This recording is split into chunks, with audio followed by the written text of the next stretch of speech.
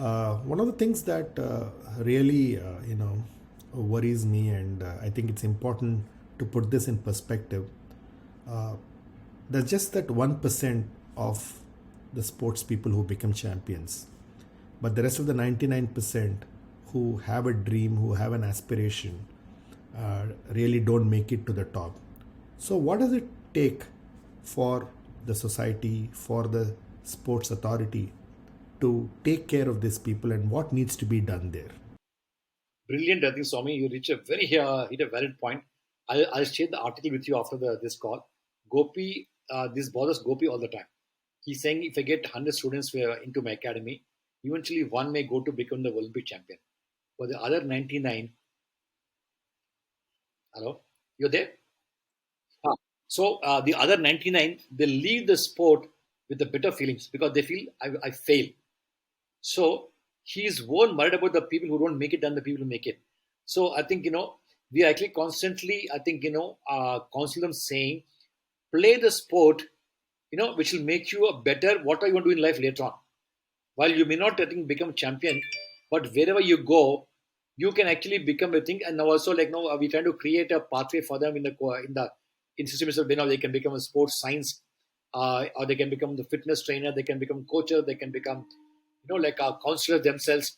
So that's one thing. And secondly, just 2 months back, we decided that we'll approach NHRD, the national HRD body, to say, why don't you guys, consciously take sports person into jobs, private jobs.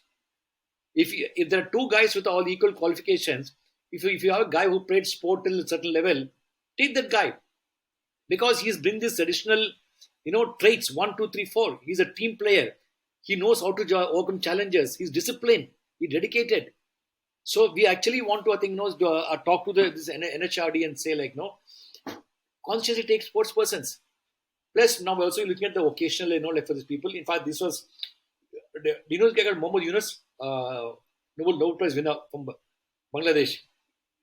So he was in a webinar about 1 year back with Abhinav Bindra, myself, Gopi Chen, this guy. And that day we brought that lady that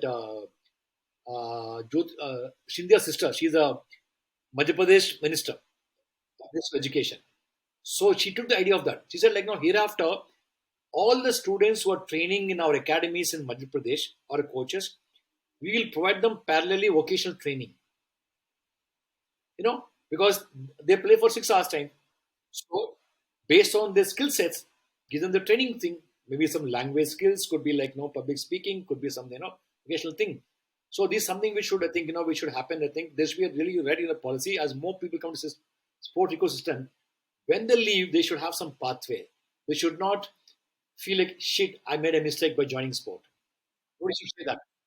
One thing is that if Indian sports ecosystem is gross, all these people can become part of the system itself. They can become coaches, counselors, whatever thing.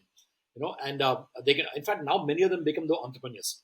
Like many of them become the entrepreneurs. The coach, they'll find some sponsor and now who'll give them 40, 50 lakhs to set up an academy and start training. So that's how it's happening morely by the benevolence of some people. But it should become this way. I think corporates can come in. CSS can come in and say like, no, we will support